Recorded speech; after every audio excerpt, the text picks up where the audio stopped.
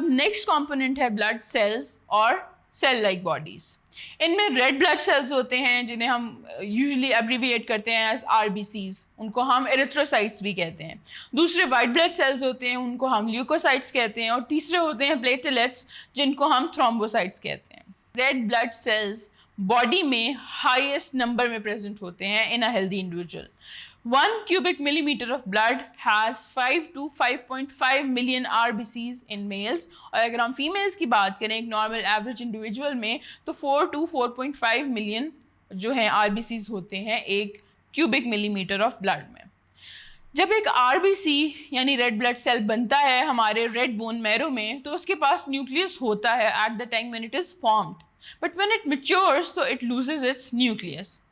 अब सोचने की बात यह है कि why it loses it's nucleus.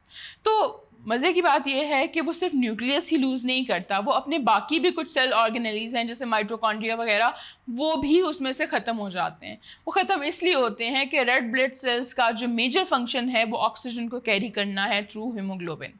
तो उन ऑर्गेनेलीज को और न्यूक्लियस को रिमूव कर दिया जाता है ताकि एक रेड ब्लड सेल की कैपेबिलिटी बढ़ाई जा सके ऑक्सीजन कैरी करने की, और उसमें जो हीमोग्लोबिन मॉलिक्यूल्स हैं वो ज़्यादा लोड हो सके और उसमें ज़्यादा ऑक्सीजन लोड हो सके। तो उनके फंक्शन के अकॉर्डिंग इस तरह से उसमें से डिफरेंट सेल ऑर्गेनेलीज और इवन न्यूक्लियस भी रिमूव हो जाता है।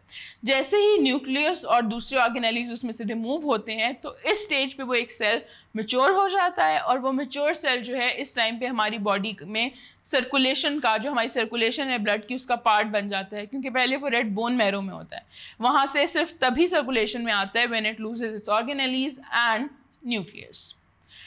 अब अगर एक आरबीसी की बात की जाए तो उसका 95% जो साइटोप्लाज्म है वो हीमोग्लोबिन से फिल्ड होता है। अब हीमोग्लोबिन हमें रिक्वायर्ड होती है for the transport of oxygen and carbon dioxide. बाकी 5% में क्या होता है कि एंजाइम्स होते हैं, कुछ सॉल्ट्स होते हैं और कुछ थोड़ी बहुत अदर प्रोटीन्स वगैरह भी होती हैं।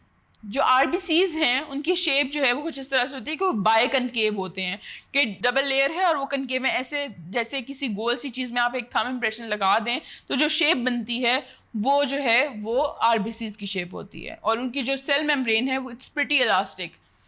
दूसरा ये कि जो ओरिजिन है कि वो कहाँ से जनरेट होते हैं, where they are actually form. तो एम्ब्रियोनिक और फीटल लाइफ में क्या होता है कि आरबीसीज उनके लिवर और स्प्लीन में बन रहे होते हैं, लेकिन जैसे आप एडल्ट फेज में जाते हो तो जो आरबीसीज हैं वो red bone marrow of short and flat bones के, यानी आपकी जो स्टर्नम, जो आपकी चेस्ट की हड्डी है, आपकी जो पसलियाँ हैं, जो आपकी वर्टेब्राएँ हैं, इनके अंदर जो बोन मैरो होता है उसको हम रेड बोन मैरो कहते हैं। तो उस रेड बोन मैरो के अंदर आपके ये वाले जो आरबीसीज हैं वो ओरिजिनेट हो रहे होते हैं या बन रहे होते हैं। अब एक आरबीसी का जो एवरेज लाइफ स्पैन है, यानी कि वो कितनी देर सर्कुलेशन में रहेगा और ज़िंदा रहेगा और वो प्रॉपरली फंक्शन कर सकेगा, वो है 4 months, यानी कि around 120 days, after which it breaks down in liver and spleen by phagocytosis.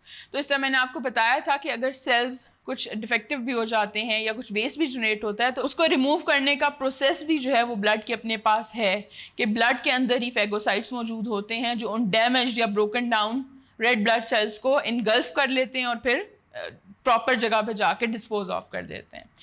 अब हमारे जो रेड ब्लड सेल्स हैं उनका एवरेज लाइफ स्पैन वैसे भी जो है वो 4 months है, तो इसीलिए कहा जाता है कि you can donate blood after every 4 months।